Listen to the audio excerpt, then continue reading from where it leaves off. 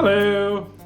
So we left it in a really good place. Engines out, subframes out. We are going to address today stripping all of this and also having a look at the steering column, which had a wee mishap, which made us very unhappy yesterday. Word of the day, Sesame Street fans, is rust. We're going to have to sort all of this, starting with the subframe, and hopefully have all this done before an engine lands. This actually gets simpler the more you take it off the car. Once you've got the engine out like this on the subframe, the only thing you actually need to do is undo the two engine mount bolts. Watch out for this wee bit of loom, which I nearly forgot about, that still sits clamped onto the subframe. And undo that, because that power steering pump line is the only other thing that locates the subframe to the engine. Once that's done, up it comes.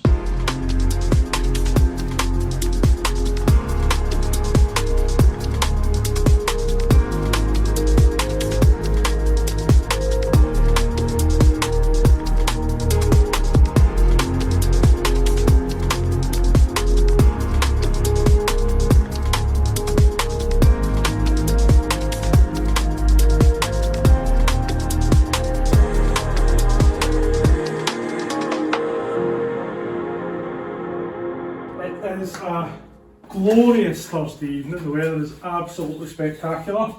So what else would you do with your time but come and work in your project car?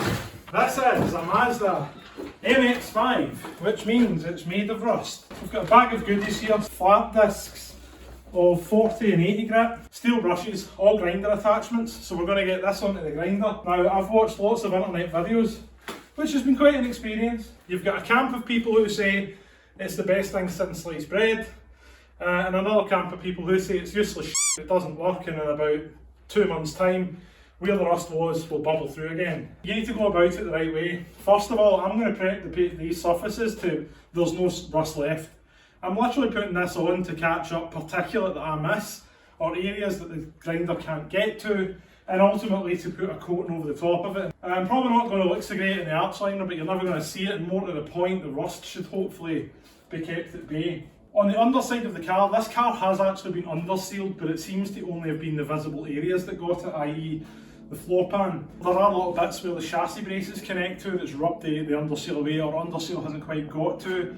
Do that. Basically everywhere where there's any visible rust I'm going to try and get to. Yes, exciting night ahead.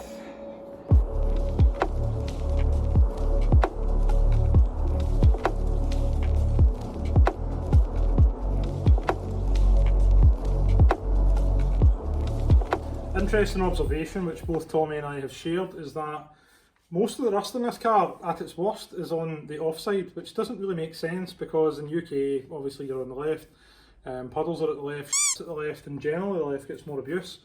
Oddly in this car, no, so anyway. So I've prepared all of this. I've already done the top mount on this side, I just wanted to get on with it. Basically where I'm seeing the surface rust in this car is these little holes, which are not grommet holes, that's not the right thing. They are how the arch liner bolts into the car, so little clips push the arch liner in, and every single one of them has rust around it. I've already destroyed one of them, which is now going to be a grommet for the rest of its life. But the rest of them have been okay, so we've cleaned it up. Basically just a wire brush attachment in the grinder. Best tool I've ever come across. Get your Q-Rust into a little tub outside of the bottle because you don't want to transfer any of the metal back in, and just plaster it on. Each of the holes a nice generous dose. Obviously the only sort of downside here is I can't get the other side of the panel, which is probably where the rust at its worst because that's where the surface sits. You can already see it starting to react. What I'll do is I'll do a slow-mo of this to let you actually see what it looks like before having to sit here like me for 20 minutes watching paint dry. This side's in a good half hour, if not longer, to dry now. It's looking pretty good. I mean, all the rusted segments are turning into this kind of black, thick crust, if that's the right description, but probably not. Rust is crusty. It's not rusty, put it that way. I've left it for way longer than the recommendation is, so I reckon it should be good. Now what we're going to do is just go over the top of it with Frost Extreme Chassis Black, and it's resistant to stone chips, mud, salt corrosion, that's us, oils, fuels, brake fluid and automotive liquids. So let's apply this and hopefully the next time I see this... Also resistant to sponsorships, don't call it Frost. Oh wow, it's got a fairly potent odour. Very, very dry. Move on from there. Which is good. What I'm doing is painting the bits the camera can't see. Sorry viewers. Tommy can edit this bit out. I'll just edit it by saying that looks very black. Nice, lovely. What I love about this is how it matches the silver perfectly. You know what it does match? Not rust. Indeed, and you don't see any of this anyway, there's laps line up all over the place. That's it. It's all about keeping the rust out, that's all that matters. If it was visible, I might be slightly more. I'm being a tool here, you probably shouldn't have done this straight at the bucket. I definitely don't want any of this rusting, obviously. This is the top mount that the suspension mounts onto. If this rusts away, I mean, nothing's catastrophic, nothing's fatal, it can all be fixed, but it's degrees of effort. I mean, getting somebody to weld in a new top mount is quite a considerable piece of work. The correct thing to do now, viewers, is to move the wire out of the way, but I'm afraid I can't be bothered, so I'm just going to paint on it and probably paint the wire. I've stopped the wire rusting. This is true. What do you think? What do I think? I think the rest of the car should be black now. Like I said. Happy with that. You're going to paint the rest of the car black now? No.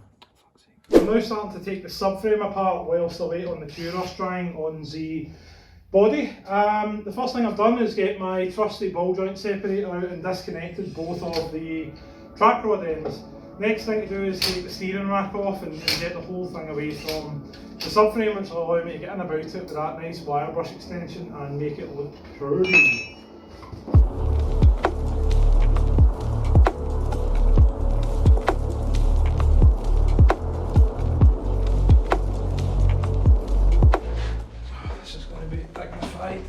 As I fall in. Oh, hello. I've looked better, haven't I? Well, you've looked worse. I have seen that. So we're going to try and take the steering cowl apart now and get the rack out so that we can figure out how f***ed it is. Hopefully not at all. This is not comfortable. Short of just filming you grunting, there's not really a great deal of scope that I've got here to see what's going on. Just take my word for it, viewers. Screws are coming out. I hate these things. It's like watching a rhinoceros trying to knit. Oh, that's more disconnected. Can I have a look? Yes, mate, you are more than welcome to have a wee gander. Torch? Torch? Well, Fuck. Fuck. Motherfucker. Fuck. Where the fuck? Ah! Motherfucker. hey. Fuck. Motherfucker. Fuck. Right, I'm not going to film you because No, it's it's just fine. nasty to film a man when he's in a Aerobatics, mate, it's f***ing fine. It's not nice to film a man when he's in a vulnerable position. He says as he still films me. You want me to lift the weight of that off you? No, it's fine. Do you know what it's like? It's like a relaxed anxiety attack. This part here is what has failed. Now, failure is obviously a strong point to make when it isn't actually a failure. That goes back on. It was still attached to the car. You simply reattach the steering adjuster. It's fine. I see why that's movable now. See how the gap? It's so the steering can move back and forward. Yes. Right. That goes on the other side. Like that. Nice. Did somebody say project creep? This is going to be, I would say, June or July on the Tools and Track calendar.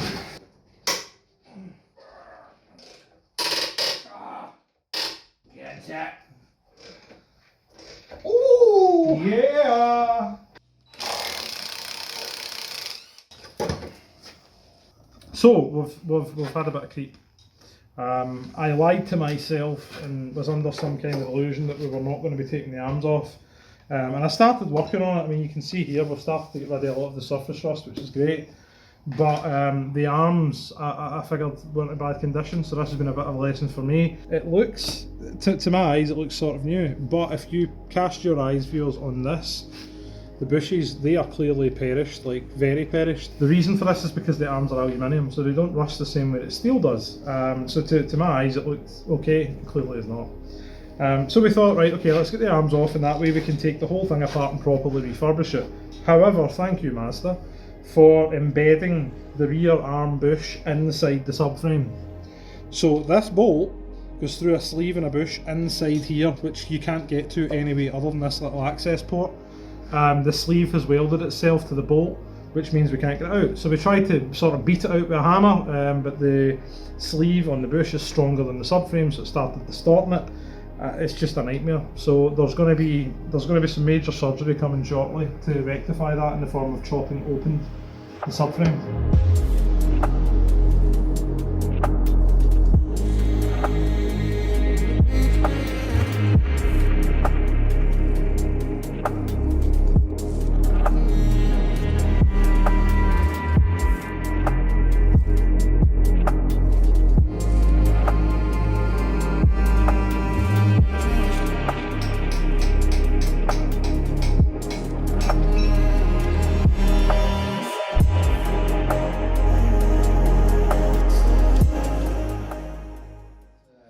See, a lot of stuff has been split and we're now back to component form for reasons. We weren't going to do all this, but as discussed, it escalated. The lower arms aren't coming out because there's a sleeved bush hell inside that subframe. You can see the only access to it is via there.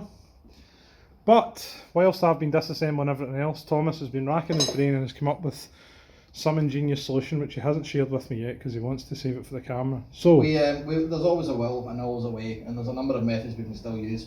The first one we're going to try, we'll need this off though. What's your dastardly plan? Obviously there's no dastardly here, just a pair of dicks. My dastardly plan is we need to just look at the forces that we need to apply to get that out without damaging anything further. Now, as was said, there's a sleeve in here that as we're hammering through, it's starting to distort the subframe. So the first thing that we're going to try is stopping this subframe from distorting and putting force in the other direction. And to do that, we need to make some tools.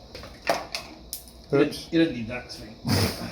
A pedestal here that will support this subframe whilst we drive this bolt out from the other side.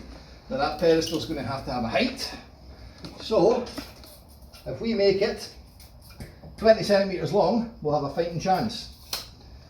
Now we also need to make sure that it will clear this bolt head, so that means finding some bloody stout pipe. The unit is a bit of a mess at the moment, unfortunately, as there's Mazda everywhere. Now that's what I call some stout pipe. That'll do the job. I like it when he gets like this. He gets an idea and fixes a problem. I'd be a wee crying on the internet right now. Probably looking for another car if I'm honest. Let's not rule that out. Now with this pedestal, lined onto this, we have a platform with which to start destroying things. I like it. Hey! It's f***ing going. It's going. We need a chisel or something now for leverage. I'm impressed. Very impressed. Go you, man. Oh wow. Well, that'll be why. If you look here, that wee bit of knurling underneath the head of that bolt, that is why you cannot get this to move without the bolt out. That's why it wouldn't swing. Because it bit into it? Because that obviously, as it turns, needs to pull this. Ah, f*** aye. Hello. The trick when grinding is to add lube. We're in a destruction game now. More seas bolts.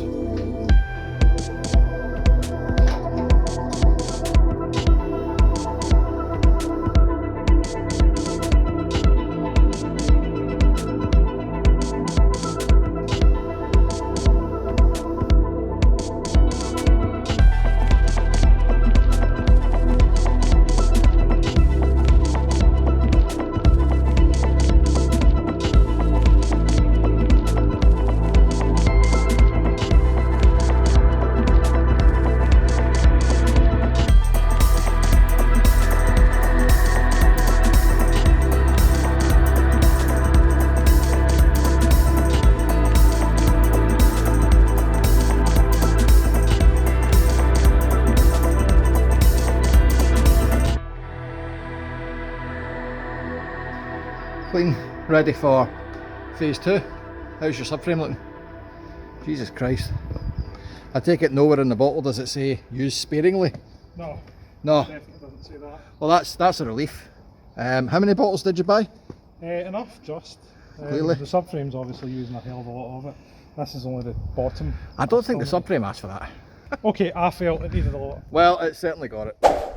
So YouTube fans, we're in this dead zone between having the engine out and the new engine arriving. So what I have here is the old crusty steering rack. Remember the troubles this gave us?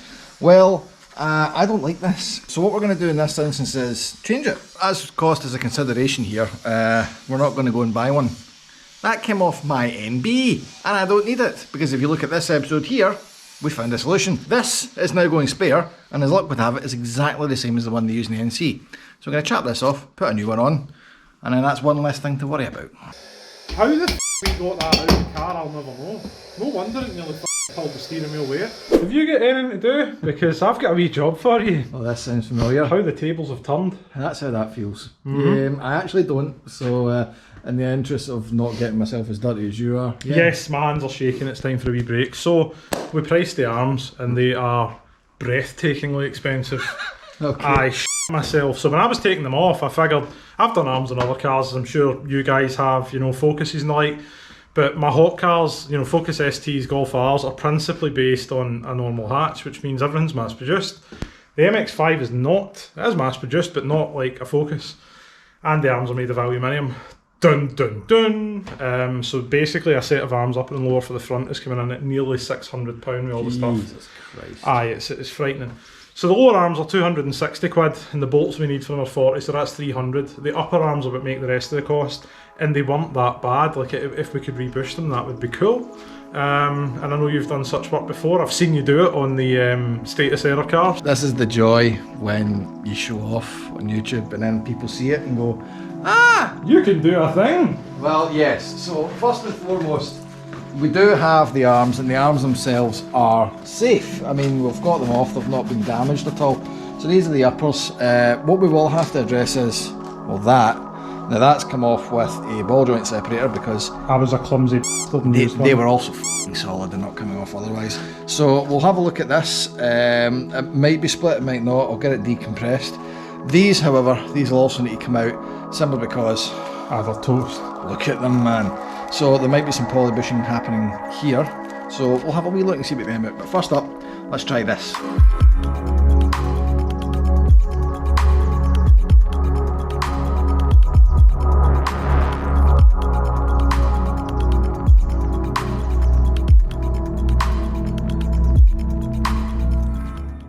So Alistair McNair, friend of the show, he saw what we were doing using the DeRust and he said, listen, I've got a lot of experience for this, I like old French cars. So he's definitely got experience with us. Lots of. We went and seen him last night, he's got a really cool setup. And he said, listen, try this dinosaur, you've got the gun extension, give it a shot and see what you think.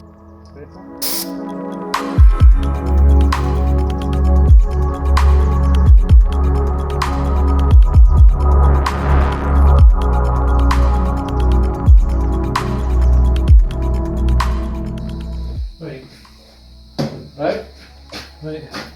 Well, we're going to wait for an engine, so like, subscribe, hit the bell.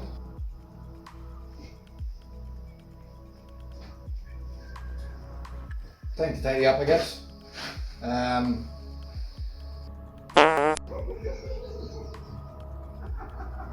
Oh yeah, patreon.com/toolsandtrack. Hungry? Oh yeah, Twitch Tuesdays, twitch.tv/toolsandtrack. Nope. Oh, maybe not. What's your eyebrows? It's better to be on your end of this proceeding than mine, trust me. It does sound like that. I certainly wouldn't want to be on the screws end, having a 20 stone Leviathan grunting at me while I'm getting buggered out of a shaft. Methods to identify a Japanese car without ever seeing any other part of the body, number 42. If you see a window wiper like this, with half of the powder coating flaking off, it's a Japanese car.